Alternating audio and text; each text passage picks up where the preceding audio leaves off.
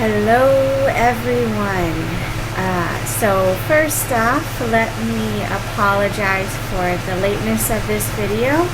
I do aim to get these up as soon as possible, but from past experience, not with you guys, but with other classes I've done these video things for, they tend to not be considered that important. So I guess that rubbed off on me a little bit, where people aren't watching the videos for a long time, or aren't watching them at all, or they aren't watching them until, after they've completed the assignments or something.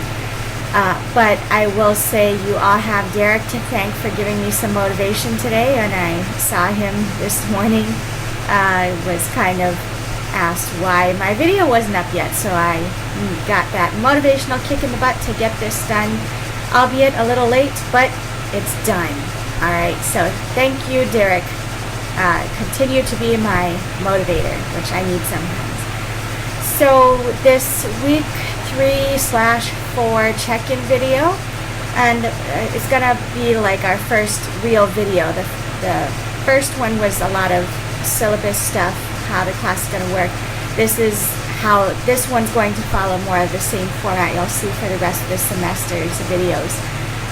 So I'll talk about what we discussed in our last postings, and then give you some heads up as to what's to come, go over the assignment, and then any other announcements I need to make. So this is kind of like a lecture of sorts, but abbreviated version. No 40-minute videos this time around. So let's start off with the last 2 weeks of posts. We were talking about the writing process. So there were 2 prompts, again, as we've been doing for these first 4 weeks. There'll be 1 post for new fellows, people who've never taken the class before, and then 1 for returnees. There is one of you, David, who is kind of an in-between. So for the first week, because you'd already done that assignment before, you chose to do the returning one. But I think the rest of the semester you can go ahead and do the new assignments, because you weren't with the class any further than the first 2 weeks last time around. So I'm going to kind of cover some things that I liked, and maybe pull out some of your own writing. I will say they were very, very fun to read. A lot of you have a flair for creative writing that obviously came out in some of these posts. It was like a personal narrative a little bit for some of you. You get to tell me about your own writing style, and some of you did the autobiography one, the writing autobiography. Some of you just did the what is your writing process like. So it was really interesting for me. I not only got to see or read about your different writing processes, but it also came out in your voices. Your writing styles are so different, and I think many of you caught on to this in your responses, where someone had a really creative piece and you're more of an analytical writer, a math-based kind of person, numbers person. Your writing was much more analytical. I've noticed this especially with Adrian's very creative piece about the hair dyeing, tying into the writing process, and then Nicole's very analytical kind of step 1, step 2, step 3. Very different points of view, but very similar ways of writing, actually, the process that you follow. So some of the other things that I noticed everyone talking about, we almost all have the same procrastination problem. As you can tell with this video, I'm a procrastinator.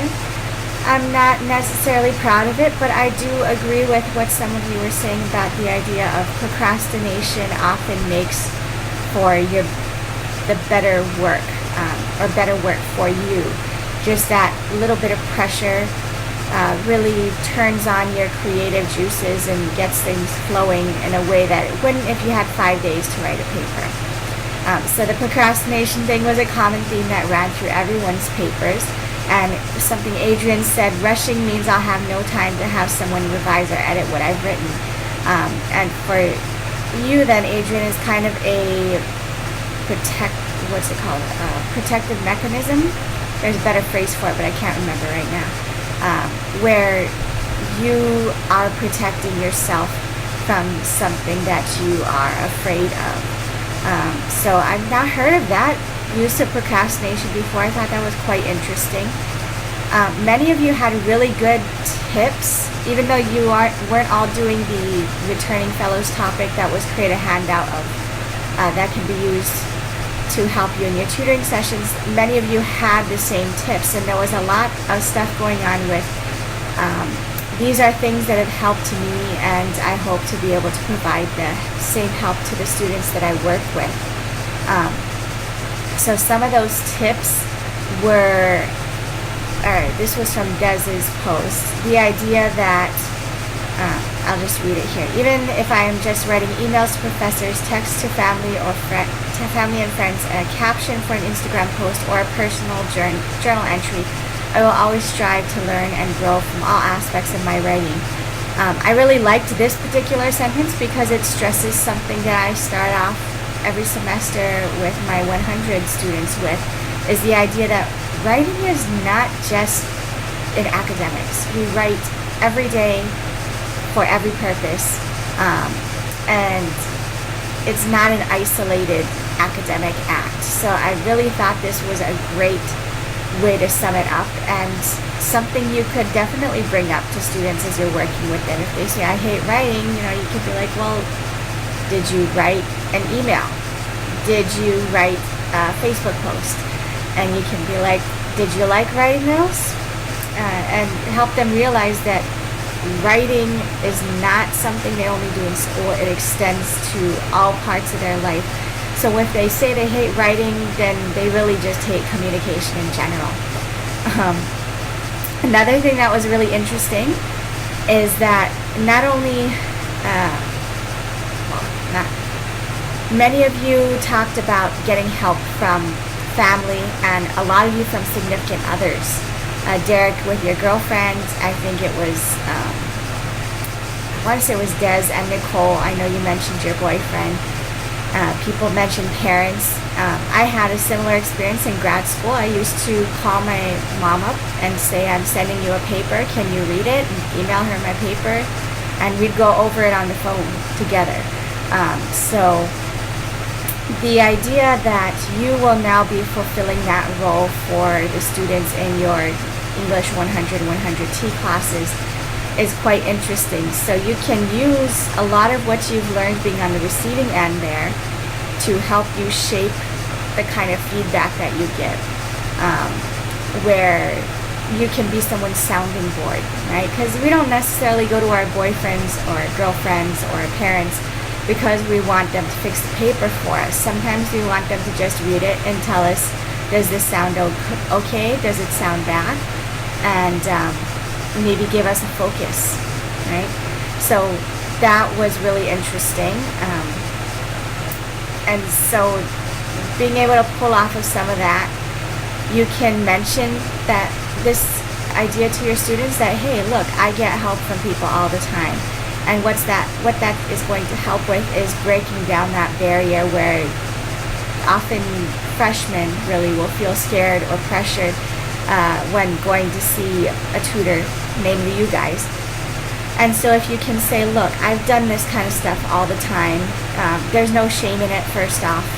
I'm here to support you. What do you need, right? Let me serve you, essentially. Another tip that came up more than once was the idea that after you write a paper, you always need to take a break from it. And this doesn't work well with our procrastination problem that we all have, but it's something that we can work on. And even if it's just, you take a break from it for 15 minutes before you submit. So your posts due at 11:59 on Saturdays, or every other Saturday, you write it at 10:30. You finish writing it at 11:30. And then you give yourself 15 minutes away from it. You go back and have 15 minutes or 14 minutes to review it, and then have a little bit of a fresher mind, right? The idea that if you write something and then try to read it, I think it was Nicole's again, her tutor was able to point out that she read the paper the way she thought she wrote it, sticking in the word at where there was no at. If you don't give yourself time away from your paper, that's going to happen all the time. So this was a really, really great tip. Let's see what else I got here. A tip that came up in Jace's handout that he created, and I think this is one, I'm sure it was in Selena's too, because Selena, this is one of your favorite things. The essay prompts, the essay rubric, if you have one, are super important, not just for the students to look at, but if you're working with a student, even if you're sitting in on the class, you know what the essay is they're working on. Having that prompt, that rubric right there with you will help keep the essay that you're looking at on track, right? You look at their thesis, is it matching with the prompt? If not, have the student look at the prompt again and say, now what are you supposed to be writing on? Point to different parts of the rubric to give focus to a session, a tutoring session you might be having, a meeting with one of your students, where you can help them focus on something that you know is actually worth points, where they might be stressing about something as silly as my title isn't very good, but they're not really getting points for having the world's best title. Alright, so the idea behind this first assignment, the writing process one, the handout and the actual, the first prompt, or the new fellow prompts, was that the writing process, while we say there's steps, there's brainstorming, there's drafting, there's revision, there's editing, there's a whole spectrum in between there where everyone has their own process that you follow. You might brainstorm, but how you brainstorm, if you do an outline, someone else might do free write. Someone else might not write anything and just keep everything in their head, do a mental map of sorts. Some people, when writing their drafts, write the body paragraphs and then go back and write the intro and conclusion. Some people might start from the end and work backwards, right? So the idea that the writing process is not just one single process, and it's going to be really important to remember that working with the students in your classes, because if you try to force someone into a box, it usually doesn't work, right? If they have a certain process that has always worked for them and you try to change it, it's just going to cause more issues. So I think all of your responses did a really great job of pointing out this idea of the writing process varies. And then the responses to the responses were even better, right? Everyone, it seemed, was able to pick out at least one post that they really liked, and I would say 95% of those responses were really well thought out. I was really impressed, and one thing I noticed was there was very much a, what's the term I was trying to use? Very much a conversational atmosphere going on. And there were even some of you where if someone posted a comment to your original blog response, then you responded back to them. So I highly, highly, highly encourage that. And so I think part of what created that great atmosphere, largely it was you guys and just your awesomeness as people. And the other part, I'm seeing this play out because last semester, those of you, Jason, Selena, you remember, we used Laulima. And it was great for the most part, but WordPress leads to a very different kind of look and feel to what we're doing online. So I think that it opened up, it allows for a more comfort level where it doesn't feel like it's school because it's pretty.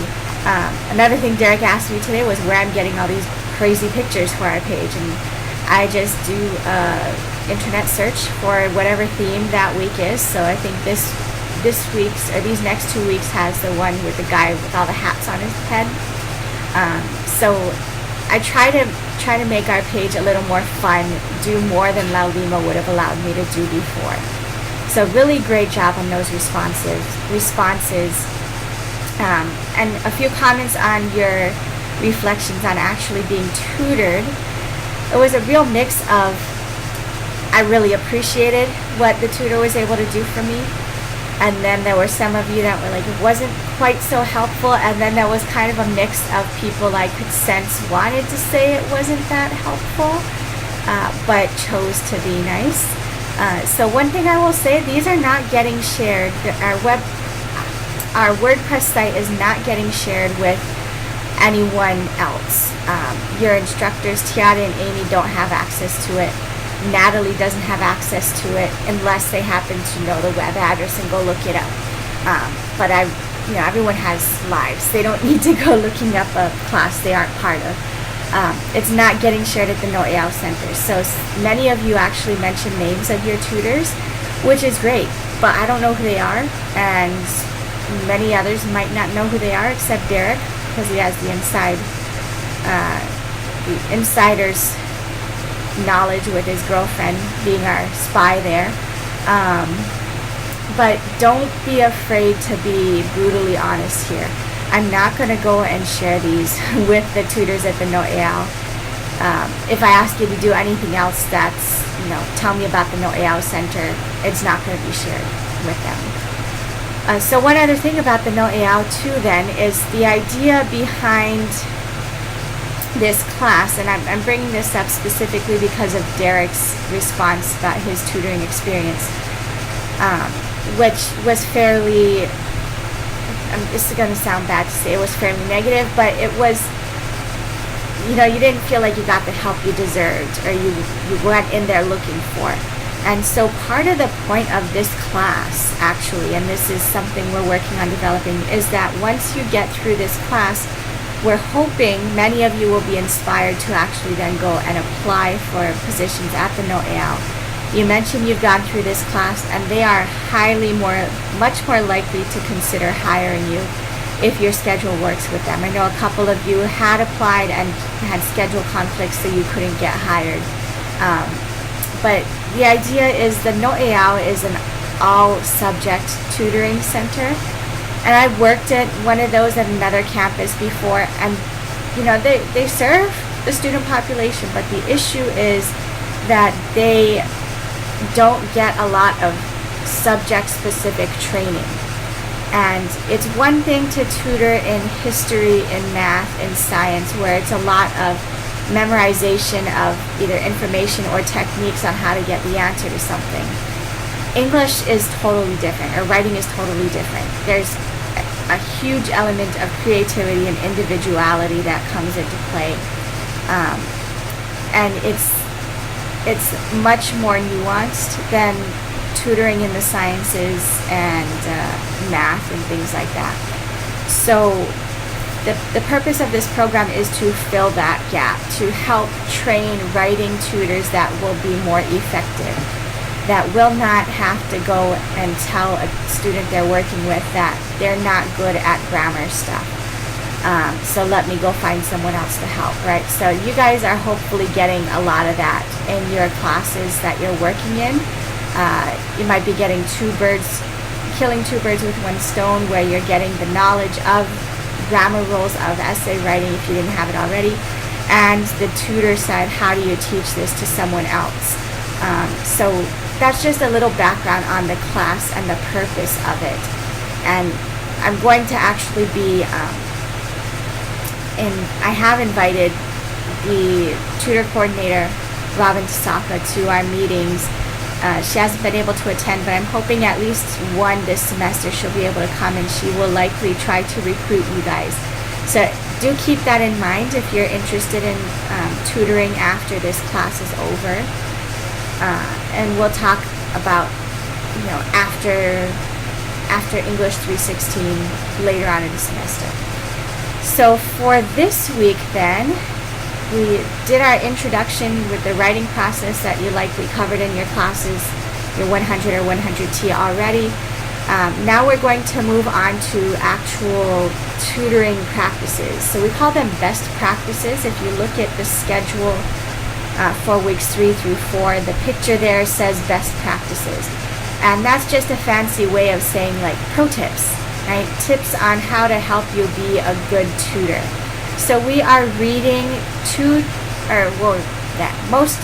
everyone is reading one chapter from the new version of the textbook. So I scanned the new version It would be chapter 2 in the new version. I think it's chapter 3 in the old, but they rearranged something. So I just chose to scan it for you. The link is up on the schedule page on WordPress.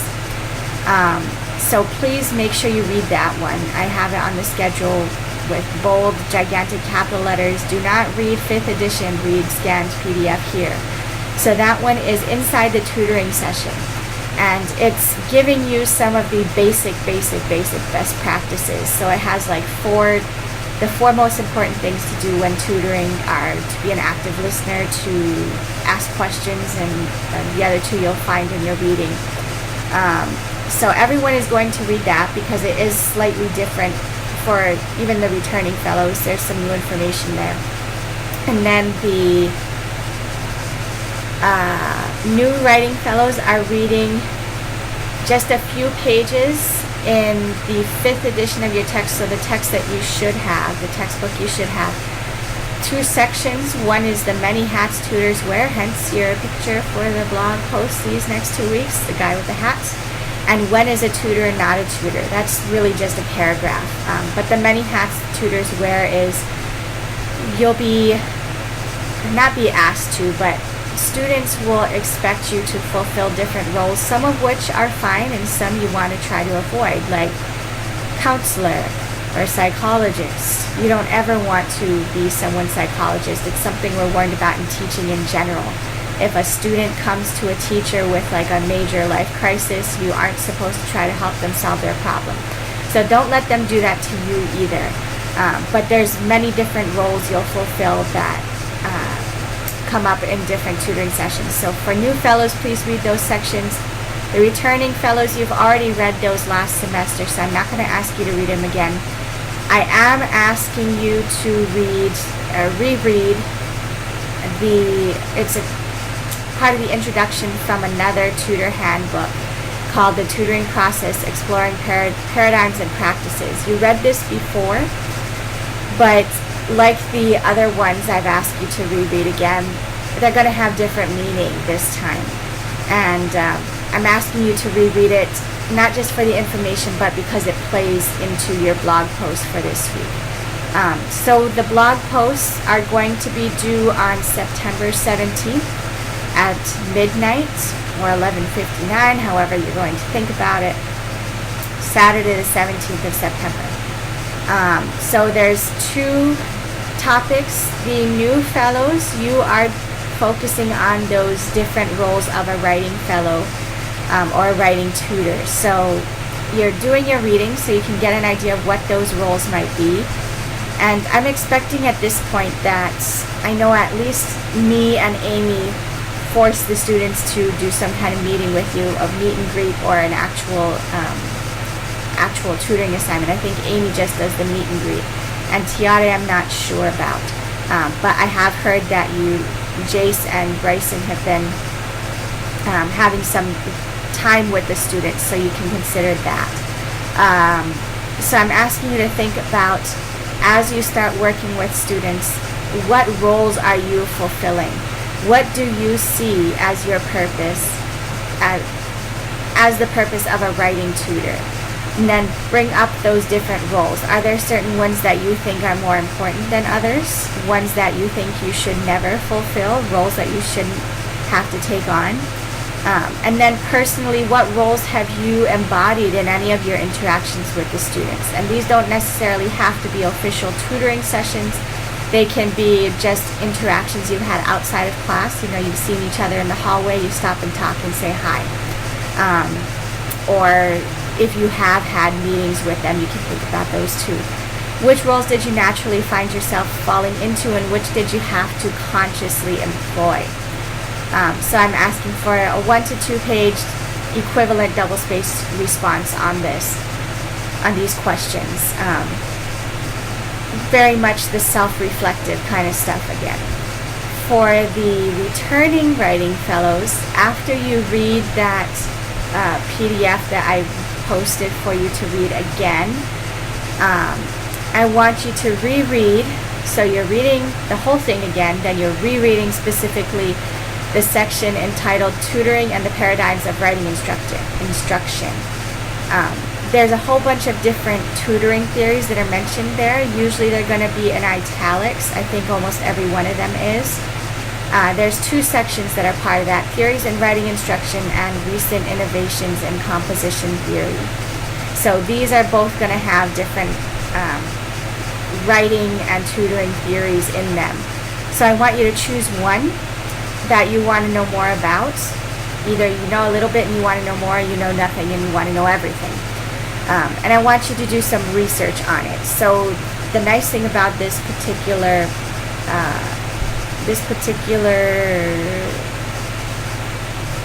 thing I'm asking you to read, this particular article, is that it mentions like all these authors and things that they've written in direct correlation to the particular theory. So often they'll mention a theory and then say so and so wrote so and this about that in their article, blah blah blah.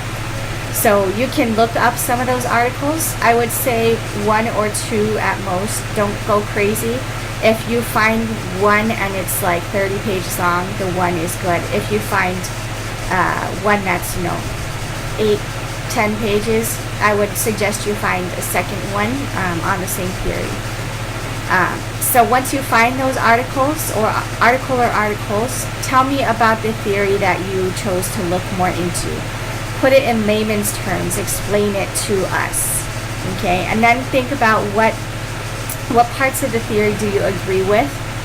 What would you kind of question? I disagree with this one, and explain why. So certain things you might look into the way that the role of the writer is viewed, control in a tutoring session, whether diversity and personalization of ideas is valued or not. There's a whole bunch of different things there. So any theory, tell us about it, and then decide what you like about it and what you don't.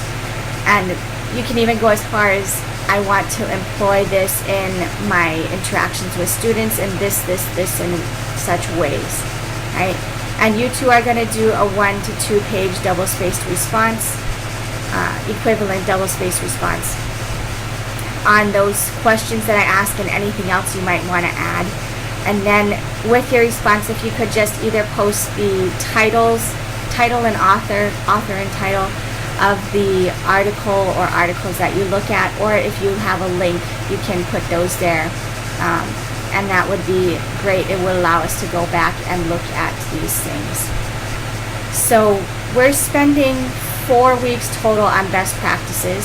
We're kind of doing our introduction to them these next 2 weeks, and then we will do more work with them in the following 2, and then we move on to talking about types of students, I think, is next. So our next meeting is the 23rd. I'm thinking what I might do here. I have an idea for our meeting that will link up with our section on types of students. So I will try to set that up. That would be our October meeting. For this next one, the one that we have coming up on the 23rd, so that's 2 weeks from this Friday, we will talk more about the types of interactions you've had with students, so we can start sharing some stories and sharing tips with each other with these best practices things. All right, so I think that is all I have for you for weeks 3 and 4. I've been hearing really great things. Tiara has stopped me several times in the last couple weeks, and she just keeps singing the praises of her fellows. So Jason, Bryson, great job. She's really enjoying you. I haven't seen Amy that much, and I know she's not, as far as talking to me, she's not the best at emails. So I hope everything's going well with the, how many of you is it? I think 4. Is there 4 of you with her? I don't know. I hope everything's going great with the ones that are working with her. I think it's 4 of you. So let me know if there's any problems with the stuff on my end of the classes.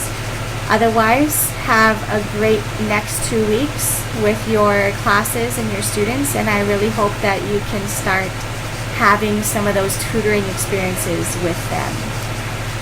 Thanks again for your patience on this video, and I'll try to do better next time. Procrastination, trying to break that habit. Have a great night, great next 2 weeks. See you on the 23rd.